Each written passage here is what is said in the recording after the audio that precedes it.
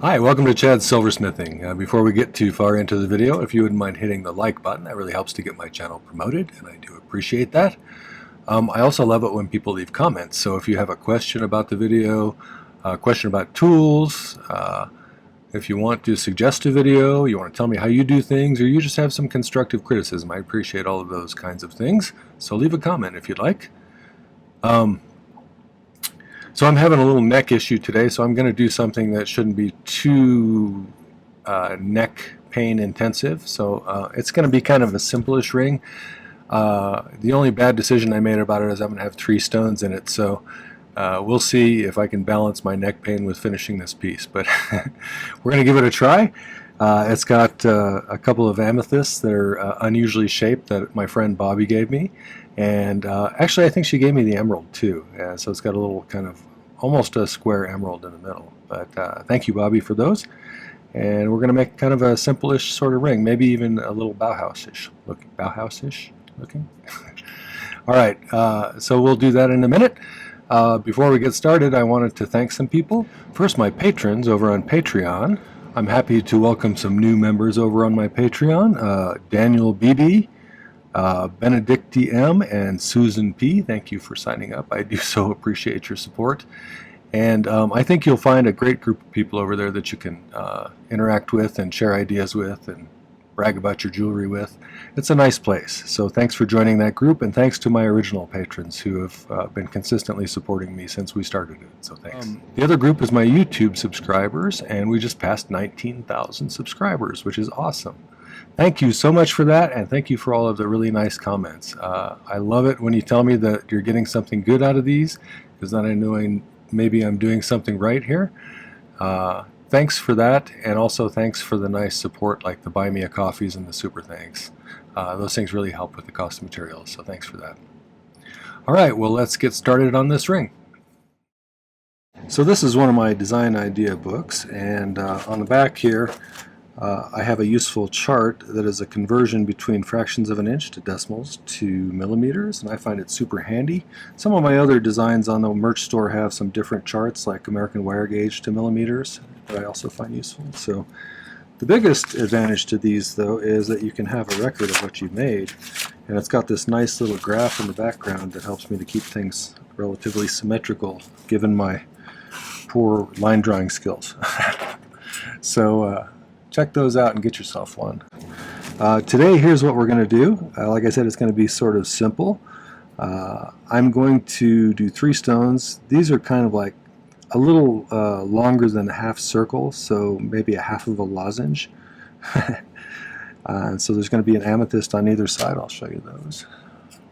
My little stone grabber thingy bobber. I can never find this thing. All right.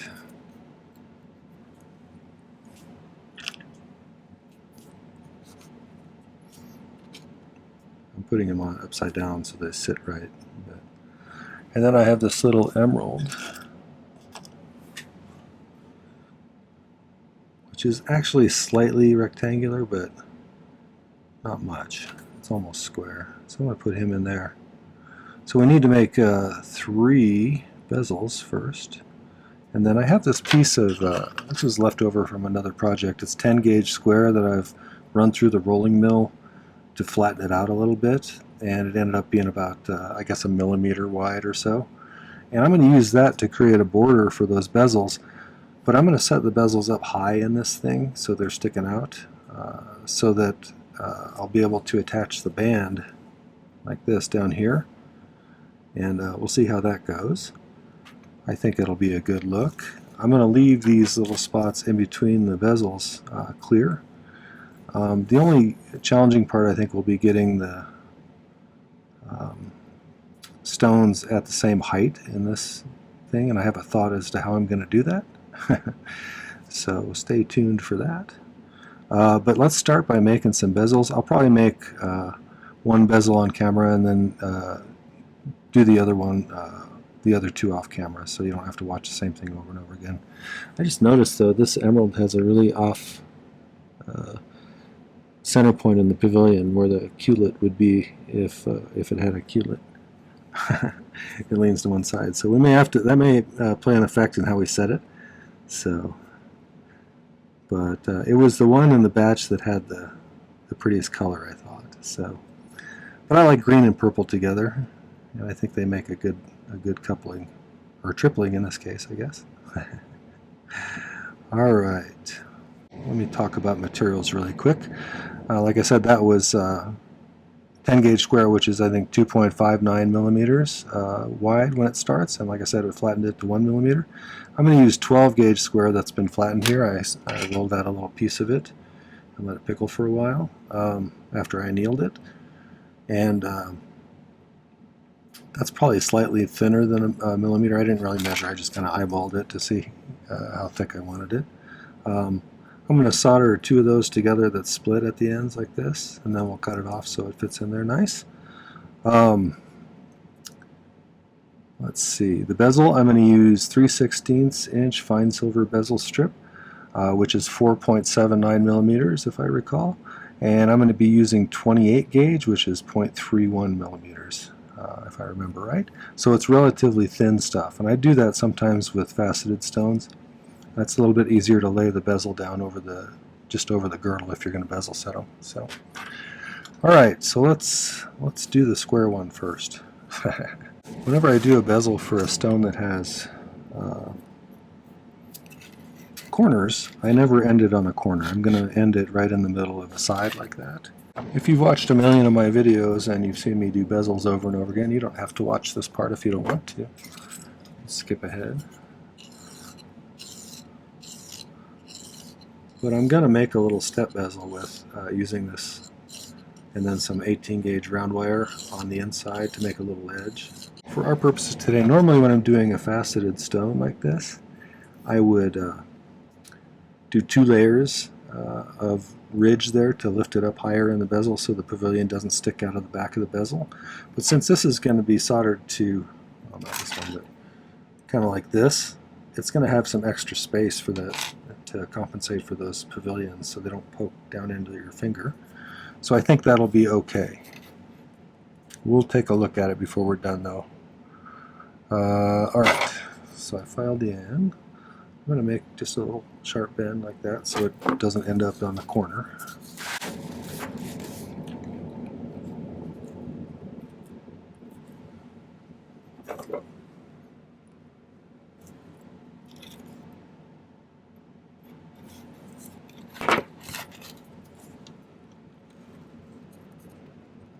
You're doing faceted stones on a step bezel like this, you want to make sure they're pretty close to the right size. You don't want to have a lot of excess space in there. I have it this way or this way? So one dimension is slightly bigger than the other one. If you ever need to migrate a bend like this, if you grab it just offset a little bit, it'll repinch the corner in a different spot and push the bezel that way. I think I may have gone too far on that one.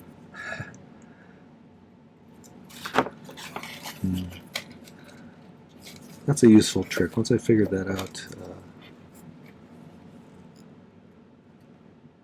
it became pretty useful.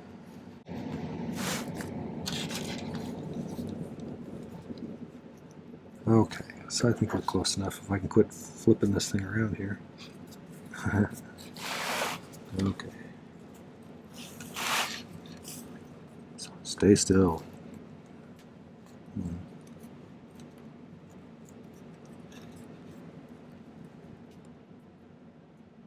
The work we do here is mysterious and important.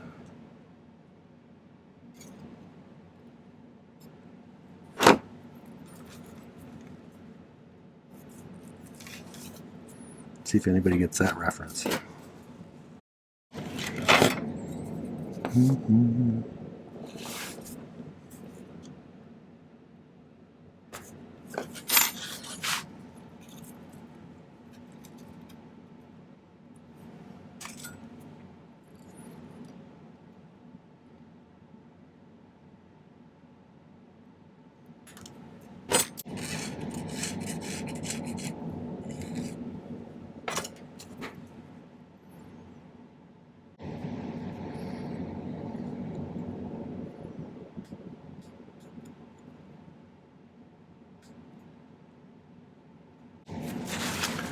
Better put that over there so I don't light it on fire.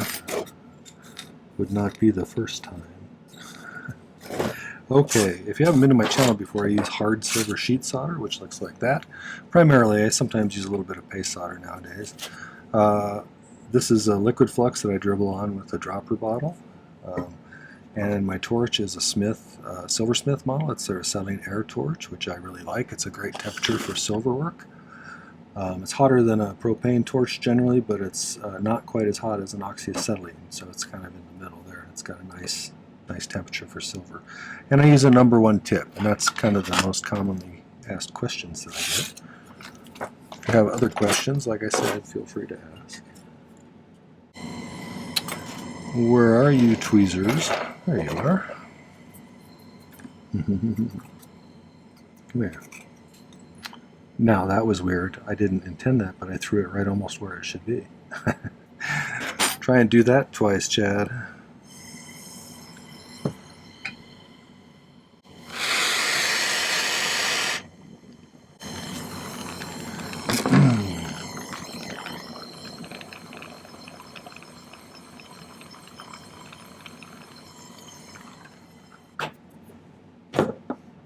Let me just cool this off.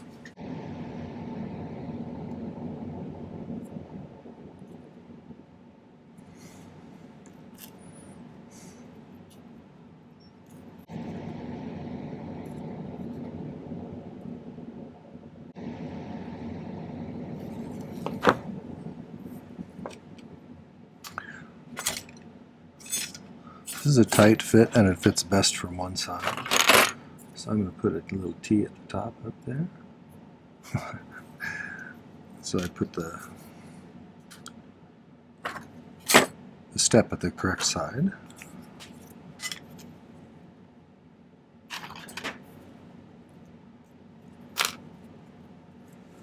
Now I need to find a little piece of 18 gauge round. I think I have some floating around here.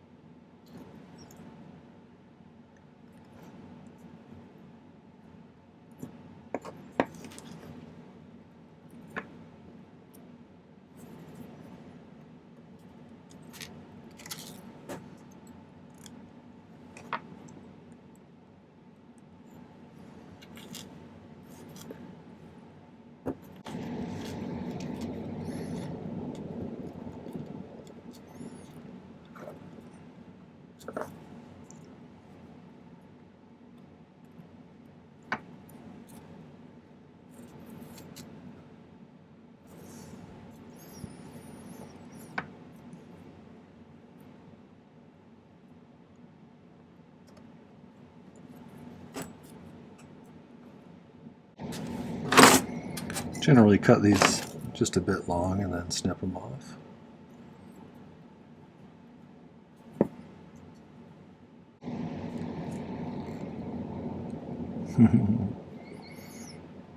That fits okay.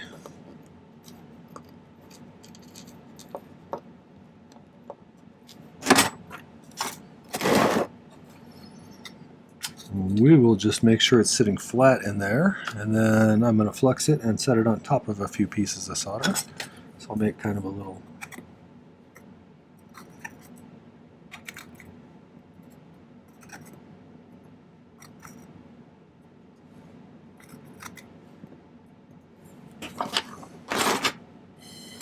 once we reach the right temperature, it should just draw it up into that bottom seam.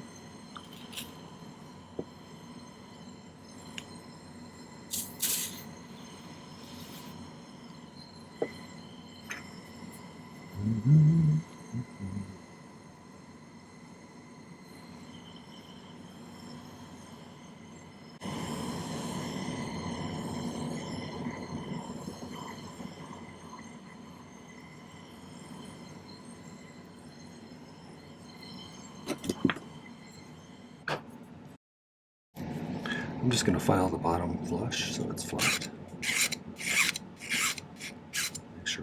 nice clean solder seam.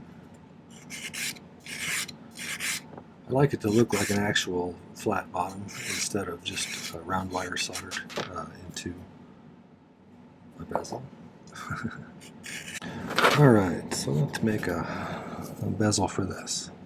It's pretty much the same, it's just got a rounded part on one side, so we'll do very much what we did, except with only two corners on the inside. Pretty close. I'm going to kind of like mark it right about there. Can fine tune it with a file maybe.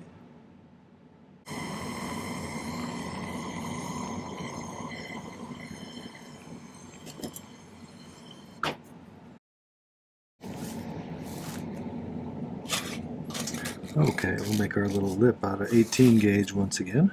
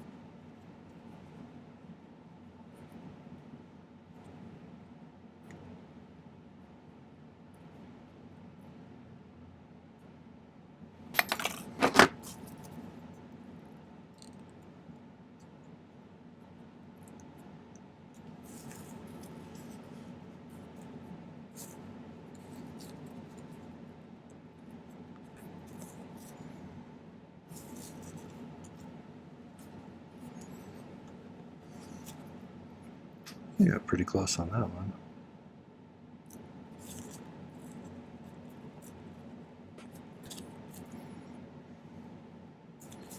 Okay, we'll make sure he's sitting down there flat, just like the other one. And then we'll do the same thing.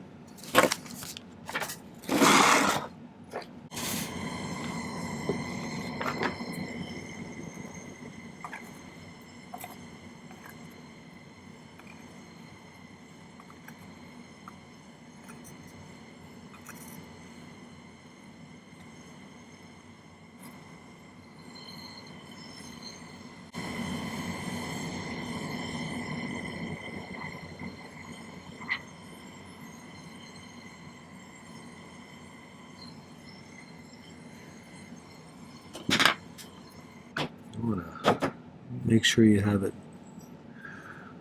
pretty close to fitting in there pretty perfectly, so you don't have any embarrassing gaps. Nobody wants any embarrassing gaps.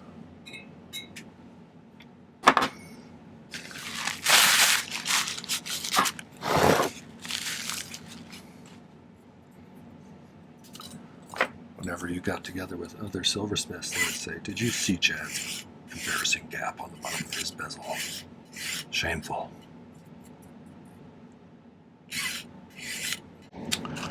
Alright, so we're going to be going like that and that. And one more, so I'm going to go ahead and make that other one off camera so you don't have to watch me do the same thing again. And then we'll solder that thing around it, I think, the border, and then we'll make a band. Okay, so I did a couple of things. One, I shaped this and I soldered it so it's about the right size. And then I positioned this at the end and adjusted the curve so it matched that as close as I can. And I'm going to individually solder these in. I thought about doing it on my magnesia block where I flipped it upside down and pushed it in, but I wanted to be able to make sure that I get a good pull together between those two things, because it's hard to get them to sit tight up against there. I also have this lifting it up a little bit, and that may solder to the bottom of this. If it does, I can just cut it off, but I just wanted something to keep it level and up in the up in this thing. Then we'll do the other side, and then we'll do the middle one here. So we'll give that a try and see how that goes. I made one of the bands. This is the inside band for the band. We will take this thing here and wrap it around to create that secondary one that comes up and holds the side of this thing. So let's go ahead and see if we can get this soldered on. I'm going to do something called pick soldering, which is a really useful skill to learn. So if you haven't done it before, I will put a link up there for a really useful video, so check it out.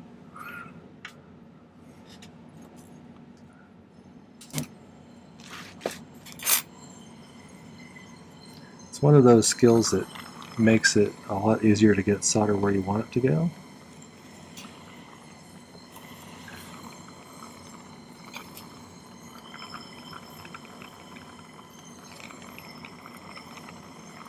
There's way more mass in this band that goes around the bezels than there is in the bezel itself, so much of the heat's going to be put into that piece because it takes longer for a bigger piece to get up to temperature. But I'm going to feed a few pieces of solder in here.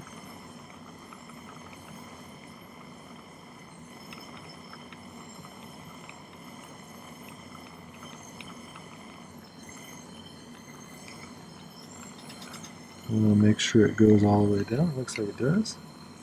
Okay. Cool this off.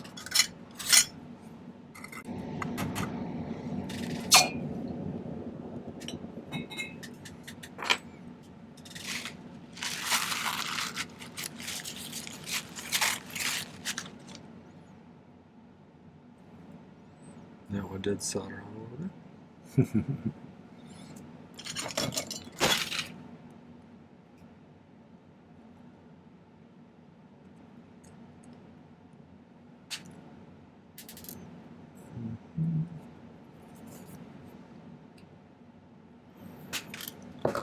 We'll just leave that in there to keep it from shifting too much.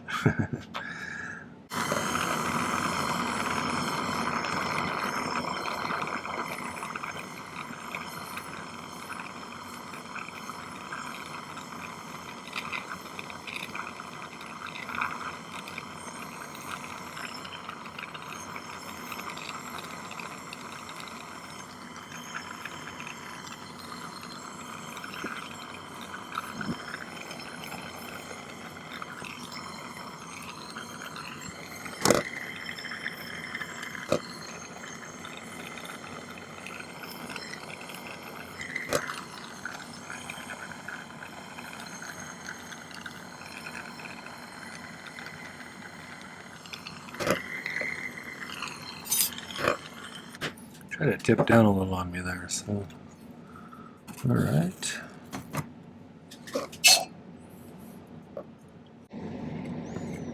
I'm going to go with about that. Make sure that's still sitting flat. Isn't going to droop on me or anything. Nobody wants a droopy center bezel. I'm going to go ahead and solder that at the same time as I do this one.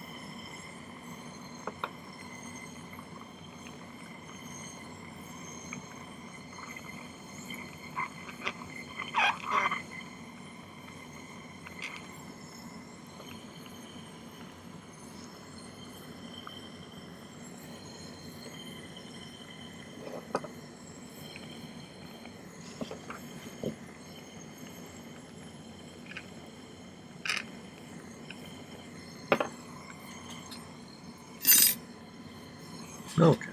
Oh, we're going to do that other one.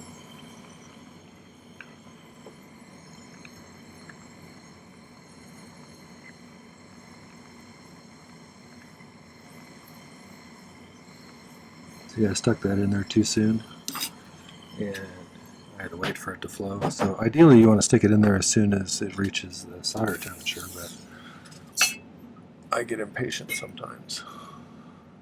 And neither of those two stuck. So I just got to get these off of here.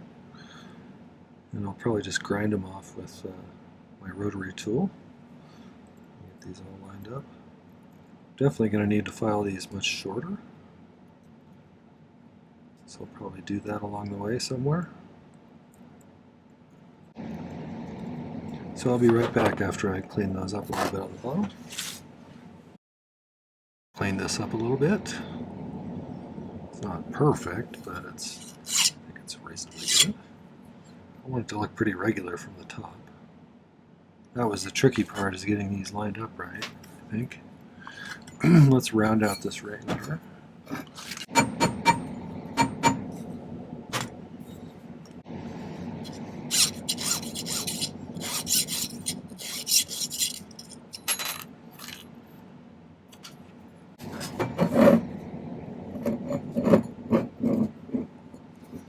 Let me start this up near the top.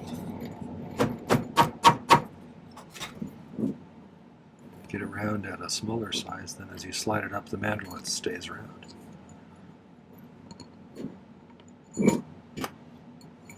Or at least close enough. So we need it to be just around an 8, maybe just a slightly bigger.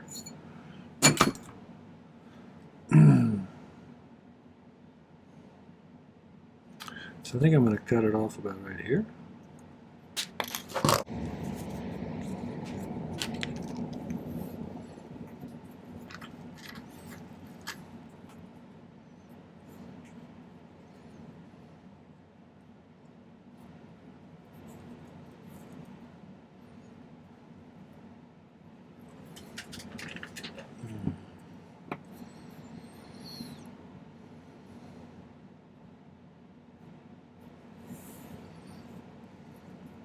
So I think I'm going to have to figure out, it's going to meet kind of about there, so I'm going to make a little mark where they come together. Because that's where I'm going to have to cut this one off. Let's do it like this.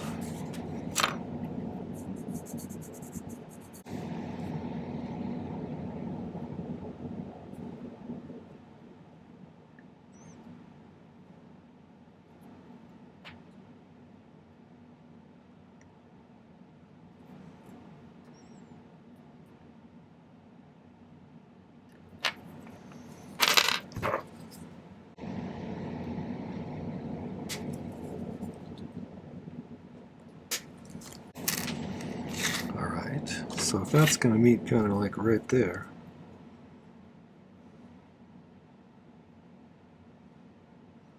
we have a lot of space on this.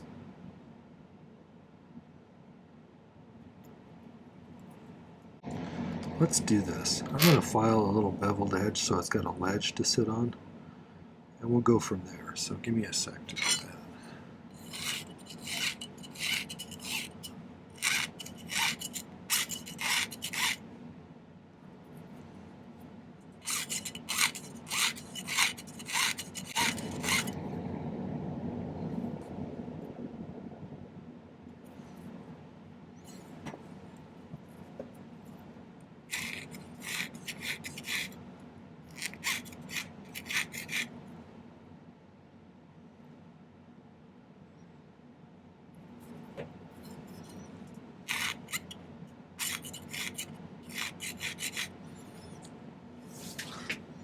I think I'm going to use the Dremel. It'll be a little bit quicker. So I'm just going to, I'm going to create a notch at the top so it drops down a little bit and then straight over. So I'll be right back.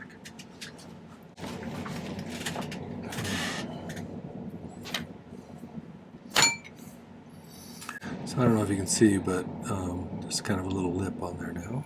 So it's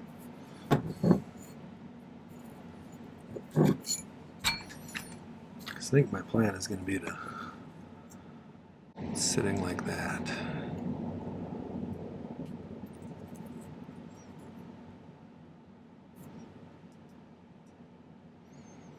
and we'll have the other one attaching near the top of that. So I'm just going to place some solder right there after I flux it, and we'll try and get those two to solder together.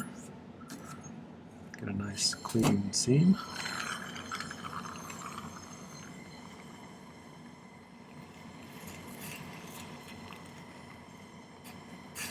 And we'll evaluate from there.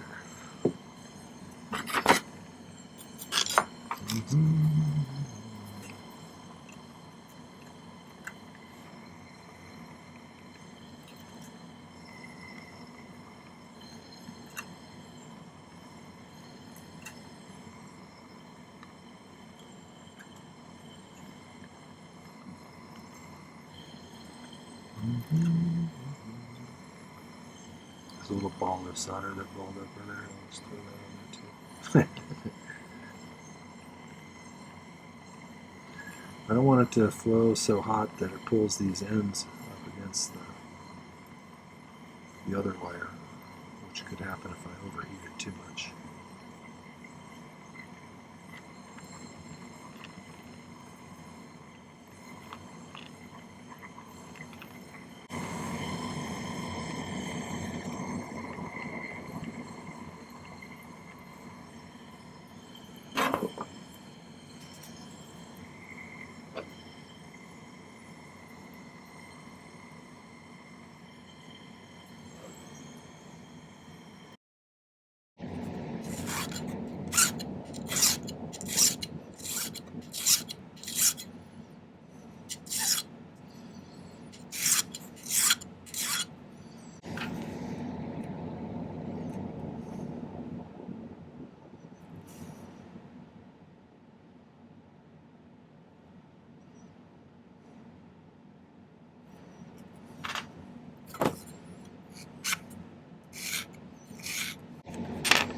We're good. I just need to steepen the angle on here just a skosh.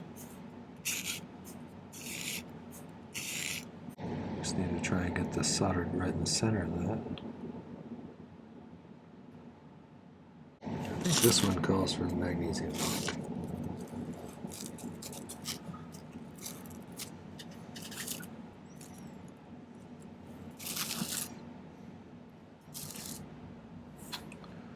And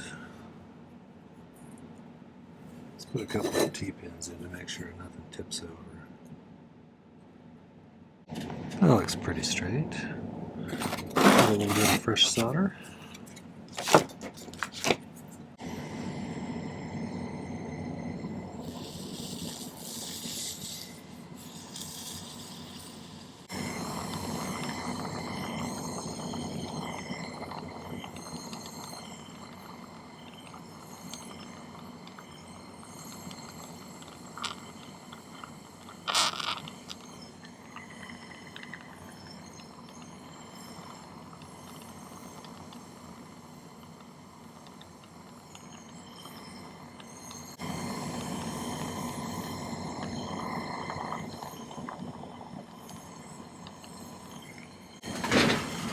It'd be nice if I could still see. Okay, let's leave that here. Alright, well, I'll get that cleaned up. We'll go from there. I went ahead and set the amethysts, so they're actually in there pretty good. I left the emerald for the end here. I actually added a little ring on the inside of these just to raise them up a little bit more. So a lot of times if I'm dealing with sharp corners, I will file in the tops of these just a little to thin out the bezel so you can compress more material into that space. But I think these are thin enough now after polishing to where I can probably just kind of straight corner them there just a little bit. And I know I do this differently than other people with my chain nose pliers here.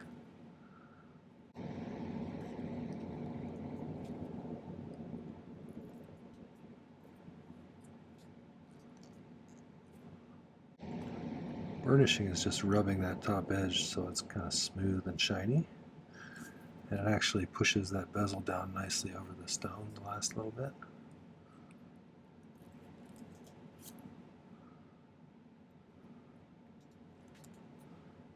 So last thing I'll do is I'll use a little